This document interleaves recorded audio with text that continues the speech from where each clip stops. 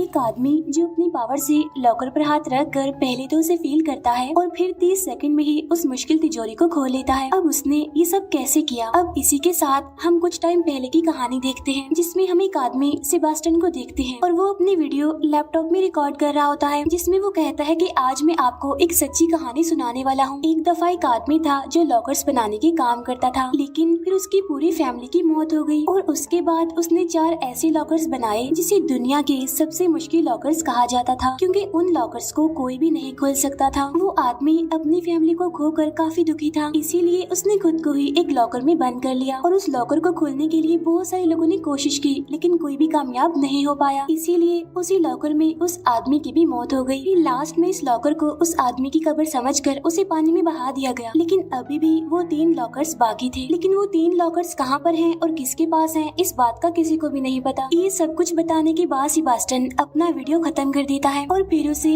YouTube पर upload कर देता है। इसके बाद वो अपने पास पड़े एक लॉकर को अपनी आंखें बंद करके कुछ ही सेकंड्स में खोल देता है। असल में वो हमेशा से ही मुश्किल लॉकर्स को खोलने की स्टडी कर रहा था और वो मुश्किल लॉकर्स को खोलने में काफी हद तक कामयाब भी हो गया था। अब सेबास्टियन की वीडियोस पर ना तो व्यूज आते थे और ना ही लाइक्स आते थे, जिसकी वजह से वो थोड़ा परेशान भी रहने लगा था। इसके बाद सेबास्टियन एक बैंक में जाता है जहाँ पर वो काम किया करता था। तभी उसके सामने एक लेडी चिल्लाते हुए कह रही होती है कि मैं यहाँ पर रोज आती हूँ, लेकिन फिर भी मेरा काम नहीं किया जाता, लेकिन आज जरूर हो जाना चाहिए। तभी सेबास्टियन को न्यूज से पता चलता है कि पूरे शहर में एक ज़ॉम्बी वायरस फैल रहा है, जिसने बहुत सारे लोगों को इन्फेक्टेड कर दिया है। अब सेबास्टियन को वो लेडी भी एक ज़ॉम्बी जैसे ही नजर आने लगी थी, इसीलिए वो डरते हुए उसे चेक दे देता है। काम होने के बाद वो लेडी वहाँ से चली जाती है। यहीं पर हम नोटिस करते हैं कि एक लड़की सेबास्टियन पर नजर रख रही है। फिर नेक्स्ट डे सेबास्टियन जब बैंक में होता है तो वो फिर से अपना YouTube चैनल चेक करता है, जिसमें एक व्यू और एक कमेंट भी था। कमेंट में लिखा हुआ था कि अगर तुम अपना टैलेंट दिखाना चाहते हो तो दिए हुए एड्रेस पर आ जाओ, वहाँ पहुँचने के बाद तुम एक पासवर्ड बोल देना। अब ये देखकर सेबास्टियन काफी खुश और काफी एक्साइटेड हो जाता है, इसीलिए वो फौरन उस जगह के लिए निकल जाता है। वहाँ पहुँचने के बाद वो गार्ड को पासवर्ड बताता है तो गार्ड पासवर्ड सुनने के बाद उसे अंदर ले आता है, जहाँ असल में एक कंपटीशन चल रहा था, जिसमें जो भी सबसे पहले लॉकर को ओपन करेगा वो विनर होगा, यानी वो जीत जाएगा। इसके फौरन बाद फर्स्ट राउंड स्टार्ट हो जाता है। सभी लोग अपने अपने लॉकर्स को खोल देते हैं, जिसमें सेबास्टियन चौथे नंबर पर आता है। इसके बाद सेमीफाइनल का राउंड होता है, जिसमें टोटल 4 लोग थे और 2 ही लोग फाइनल में जा सकेंगे और सेमीफाइनल में सेबास्टियन दूसरे नंबर पर आता है। यहाँ पर ऑडियंस खिलाड़ियों पर बेट भी लगा रही थी। इसके फौरन बाद फाइनल राउंड स्टार्ट हो जाता है, जिसमें बहुत ही मुश्किल लॉकर को सिर्फ 3 मिनट में खोलना था। दूसरा आदमी टाइम स्टार्ट होते ही लॉकर को खोलने लग जाता है, लेकिन सेबास्टियन तो आराम से खड़ा हुआ था, यानी वो लॉकर नहीं खोल रहा था बल्कि इधर उधर की चीजें देख रहा था। और जब 30 सेकंड्स रह जाते हैं तो वो लॉकर पर हाथ रख कर पहले तो उसे फील करता है और फिर बहुत ही कम सेकंड्स में उस लॉकर को खोलने में कामयाब हो जाता है। तभी ये देखकर वो सारे लोग काफी हैरान हो जाते हैं, लेकिन उसका कंपेटिटर काफी गुस्सा हो जाता है और जैसे ही वो सेबास्टियन को मारने के लिए आगे आता है तो गार्ड उसे पकड़कर बाहर निकाल देता है। फिर वहीं उसे एक लड़की ग्वेंडलिन दिखाई देती है और जब सेबास्टियन उसे देखता है तो वो उसे अच्छी लगती है। असल में ग्वेंडलिन एक चोर होती है और ये वही लड़की होती है जो बैंक में भी सेबास्टियन पर नजर रख रही थी। घर आने के बाद सेबास्टियन अपनी कंपटीशन में जीती हुई ट्रॉफी को अपने पेरेंट की पिक्चर्स के पास रख देता है। नेक्स्ट डे सेबास्टियन जब रेस्टोरेंट में कॉफी ले रहा होता है तो तभी पीछे से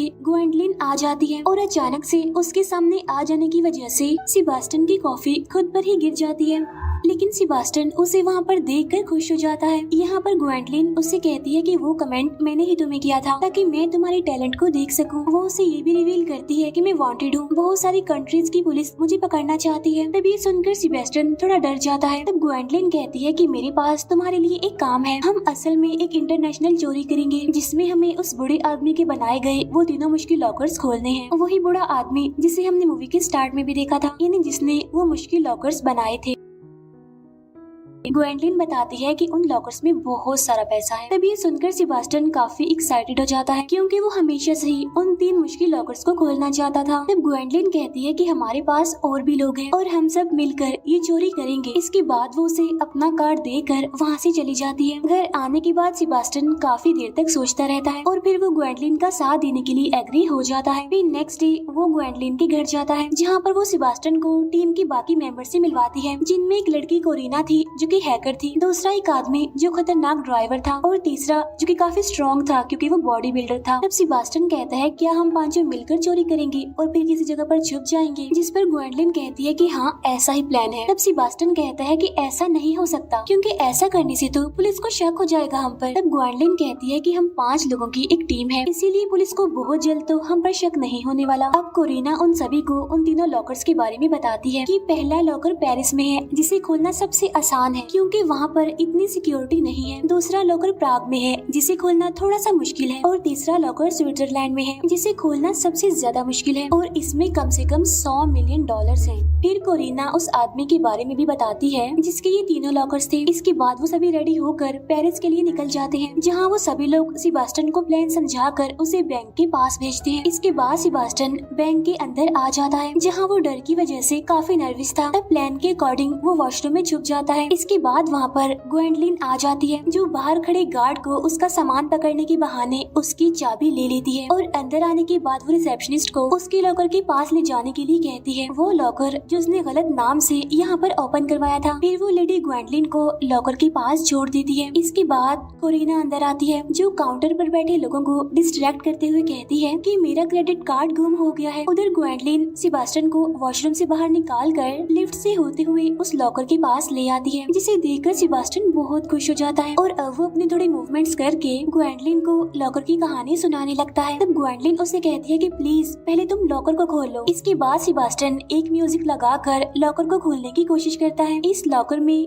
3 लॉक लगे हुए थे और वो लॉक की आवाज सुनते हुए पहले लॉक को ओपन करने में कामयाब हो जाता है और ऐसा ही करते हुए वो बाकी दोनों लॉक्स को भी खोलकर लॉकर का दरवाजा ओपन करता है। तब उसके अंदर इतने सारे पैसे देखकर वो दोनों काफी खुश हो जाते हैं क्योंकि यहाँ पर वो कामयाब हो गए उस आदमी के पहले लॉकर को खोलने में। फिर वो इस लॉकर के सारे पैसों को बैग्स में भरने लगते हैं। यहाँ पर ग्वेंडलिन उसे कहती है कि बस देखते रहो, अभी तो ये शुरुआत है क्योंकि 2 लॉकर्स अभी और बाकी हैं और उन दोनों में इससे कई ज्यादा पैसा है। तब उनका काम होने के बाद वो बॉडी बिल्डर अंदर आ जाता है और वो बाकी लोगों को डिस्ट्रैक्ट करता है। तो मौके का फायदा उठाकर सेबास्टियन और ग्वेंडलिन दोनों बाहर आ जाते हैं। बाहर आने के बाद वो वैन में बैठ जाते हैं और वहाँ से निकल जाते हैं और काफी खुश भी होते हैं। अब इनकी चोरी के बारे में एक ऑफिसर को पता चल जाता है क्योंकि बैंक के बाहर लगे हुए सीसीटीवी कैमरास में ग्वेंडलिन और वो बॉडी बिल्डर कैप्चर हो गए थे। तो वो सीनियर ऑफिसर बाकी ऑफिसर्स को बताता है कि इन लोगों ने 5 साल पहले भी सेम ऐसे ही चोरी की थी और 5 साल पहले जब मैं इन्हें पकड़ने ही वाला था कि वो बचकर भाग गए और मुझे लगता है कि इनके पास एक और मेंबर भी है और अब मेरा ख्याल है कि इसके बाद ये प्राग जाने वाले हैं ताकि वो दूसरे लॉकर के पैसे चोरी कर सके। लेकिन इस बार मैं इन्हें नहीं छोड़ने वाला। अब पहले लॉकर को चोरी करने के बाद वो लोग सेलिब्रेशन कर रहे होते हैं। इसके बाद सेबास्टियन ग्वेंडलिन के रूम में आता है जहाँ ग्वेंडलिन उसे अपने बारे में बताती है कि मेरे पेरेंट्स बहुत अमीर थे लेकिन उनका ध्यान मुझ पर जरा भी नहीं था और तभी मैं इन लोगों से मिली और तभी से मैं भी चोर बन गई। अब इन दोनों की बातें करने से उस बॉडी बिल्डर को जेलस फील हो रहा था क्योंकि वो ग्वेंडलिन को पसंद करता था। फिर नेक्स्ट डे वो सब प्राग के लिए निकल जाते हैं और वो सभी उस बैंक के सामने आ जाते हैं जहाँ पर वो दूसरा लॉकर था। यहाँ पर कोरिना बताती है कि ये बैंक काफी एडवांस्ड है इसीलिए हमें काफी ख्याल रखना होगा। तब ये सुनकर सेबास्टियन थोड़ा डर जाता है। उधर वो सीनियर ऑफिसर भी अपने बाकी ऑफिसर्स के साथ बैंक के बाहर नजर रख रहा था ताकि जैसे ही वो लोग चोरी करने के लिए आए तो वो उन्हें पकड़ ले।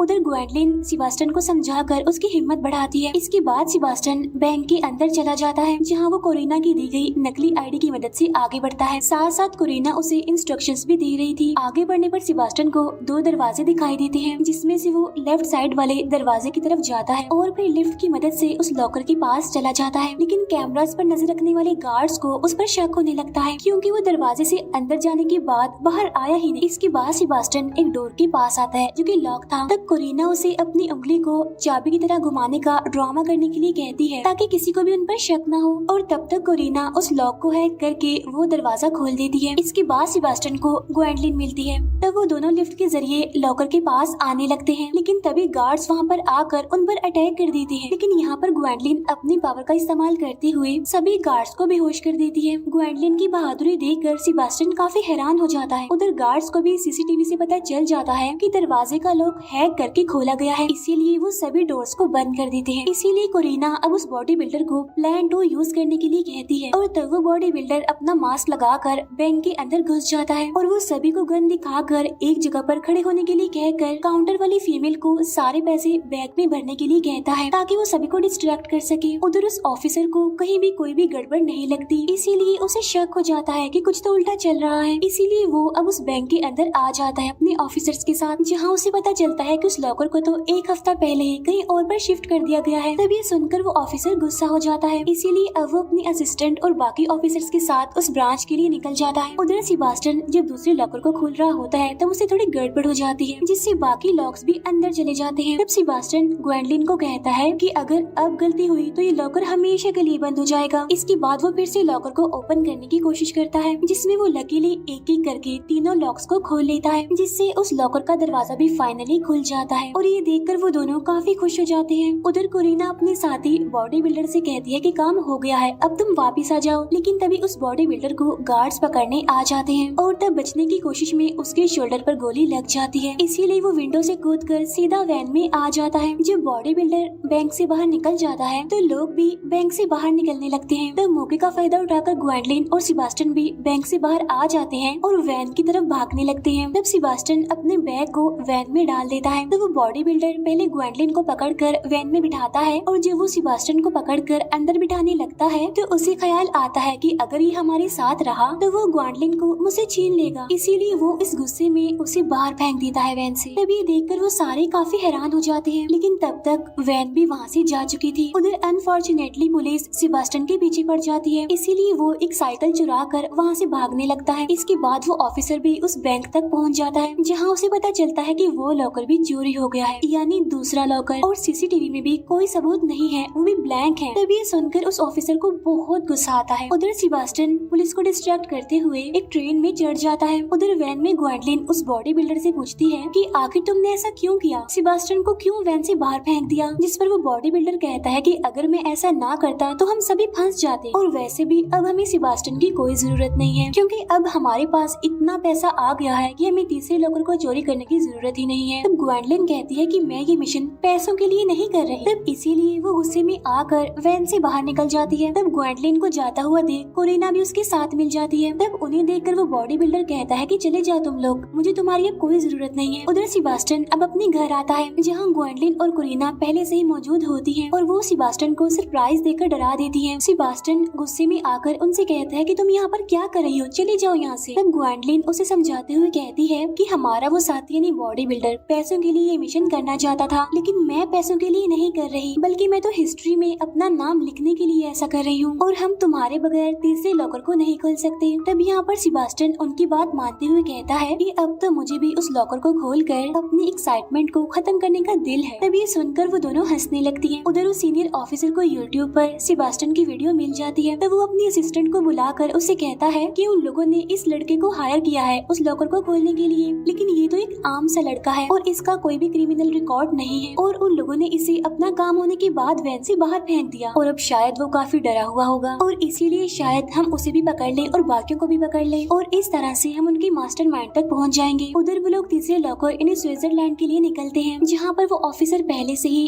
अपने साथियों के साथ उस गैम्बलिंग क्लब के बाहर खड़ा होता है, क्योंकि तीसरा लॉकर यहीं पर इस गैम्बलिंग क्लब में है। और तभी एक ऑफिसर को कोरिना का सिग्नल मिलता है, जिसमें वो कहती है कि हम 5 बजे गैम्बलिंग क्लब के अंदर जाएंगे, इसीलिए अब वो ऑफिसर 5 बजने का इंतजार करता है।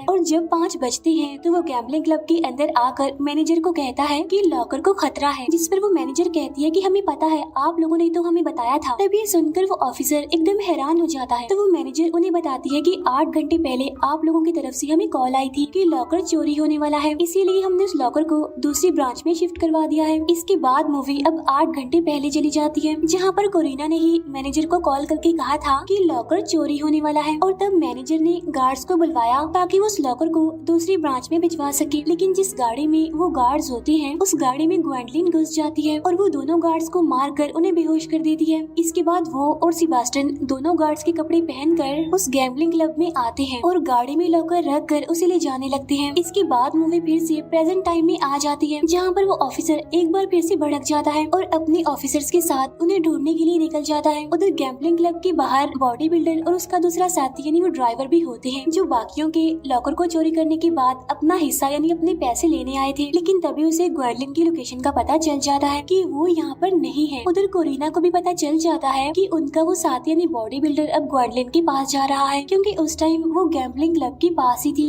इसीलिए कोरिना अपने उस साथी को रोकने के लिए उसके पास आ रही होती है, लेकिन तब तक उसके दोनों साथी यानी बॉडी बिल्डर और वो ड्राइवर वहाँ से भाग जाते हैं और अनफॉर्चुनेटली वो ऑफिसर कोरिना को पकड़ लेता है। लेकिन बिल्कुल ठीक टाइम पर वो मैसेज करके ग्वेंडलिन को बता देती है कि वो बॉडी बिल्डर और हमारा दूसरा साथी तुम्हारे पीछे आ रहे हैं। मैसेज करने के बाद कोरिना अपना मोबाइल तोड़ देती है। यहाँ पर वो ऑफिसर उसे धमकी देते हुए उसे कहता है कि बताओ तुम्हारे बाकी साथी कहाँ हैं। तब उसकी असिस्टेंट उस ऑफिसर को रोकते हुए कोरिना से पूछती है कि बताओ तुम्हारे बाकी साथी कहाँ हैं। इसके बदले में हम तुमसे वादा करते हैं कि हम तुम्हारे भाई का हमेशा ख्याल रखेंगे। असल में कोरिना अपने भाई से सबसे ज्यादा प्यार करती है और अगर वो जेल में चली गई तो उसके बाद उसके भाई को संभालने वाला कोई भी नहीं होगा। इसीलिए वो उन लोगों की ऑफर को एक्सेप्ट कर लेती है और अब वो उन लोगों को ग्वेंडलिन के पास ले जाने लगती है। उधर ग्वेंडलिन गाड़ी चला रही होती है और पीछे सेबास्टियन लॉकर को खोलने की कोशिश कर रहा होता है और इस लॉकर को खोलना इसीलिए मुश्किल था क्योंकि इस पर 7 लॉक लगे हुए थे। इसके बाद सेबास्टियन म्यूजिक प्ले करता है और उन लॉक्स को खोलने की कोशिश करता है, जिसमें से वो 6 लॉक्स को खोलने में कामयाब हो जाता है। तभी अचानक से रास्ते में एक मोड़ आ जाता है, जिसके मुताबिक ग्वेंडलिन गाड़ी को घुमा देती है जोर से, जिससे सेबास्टियन गिर जाता है। इसके बाद वो फिर से कोशिश करके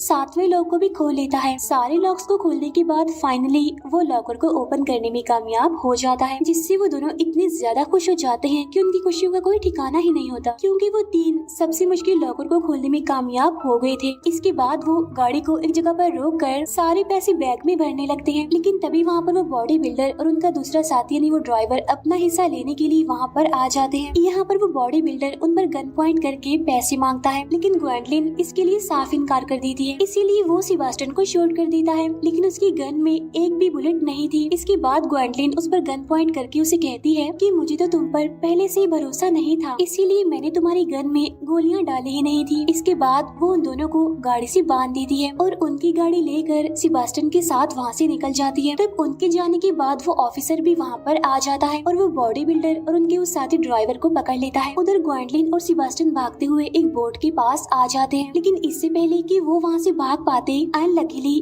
वहाँ पर वो ऑफिसर भी आ जाता है, जो उन दोनों पर गन पॉइंट करके उन्हें खुद के हवाले करने के लिए कहता है। लेकिन ग्वेंडलिन भी उस पर गन पॉइंट कर देती है और अब वो उस ऑफिसर को पैसों का लालच देने की कोशिश करती है। तब वो ऑफिसर इस ऑफर को लेने से इनकार करते हुए कहता है कि मैं 5 साल से तुम लोगों का पीछा कर रहा हूँ तुम्हें पकड़ने के लिए, और तुम्हें पकड़ना ही मेरी सबसे बड़ी जीत होगी। इसीलिए कोई भी रास्ता ना होने पर ग्वेंडलिन उसे कहती है कि ठीक है मैं खुद को तुम्हारे हवाले कर दूं, लेकिन तुम्हें सेबास्टियन को छोड़ना होगा क्योंकि वो बेकसूर है, वो कोई भी क्रिमिनल नहीं है। तो वो ऑफिसर ग्वेंडलिन की ये बात मान लेता है, लेकिन तब सेबास्टियन ग्वेंडलिन को अकेला छोड़कर वहाँ से जाने के लिए मना कर देता है। तब ग्वेंडलिन उसे समझाते हुए कहती है कि अभी तुम जाओ और मैं जेल से निकलने के बाद सीधा तुम्हारे पास ही आऊंगी। इसके बाद सेबास्टियन उसकी बात मानकर बोट में बैठकर वहाँ से निकल जाता है और वो ऑफिसर ग्वेंडलिन को पकड़ लेता है। उधर सेबास्टियन को अपना पासपोर्ट भी मिलता है, जहाँ ग्वेंडलिन ने सबके लिए अलग अलग पासपोर्ट्स बनवाए हुए थे। तब ये देखकर सेबास्टियन को ग्वेंडलिन के साथ गुजारे गए सारे मोमेंट्स याद आने लगते हैं। इसके बाद ये सीन यहीं पर कट हो जाता है। इसके बाद हमें कैलिफोर्निया का सीन दिखाया जाता है, जहाँ सेबास्टियन ने ग्वेंडलिन सेफ एंड लॉक नाम का एक स्टोर खोला था और तभी सेबास्टियन के पास 2 लोग मिलने आते हैं और उनके पास भी एक लॉकर का मैप होता है और वो सेबास्टियन से पूछते हैं क्या तुम इस लॉकर को खोल सकते हो, जिसे देखकर सेबास्टियन खुश होते हुए उन्हें कहता है कि हाँ मैं इसे खोल सकता हूँ। और इसी मिस्टीरियस सी एंडिंग के साथ ये मूवी यहीं पर एंड हो जाती है। Thank you for watching.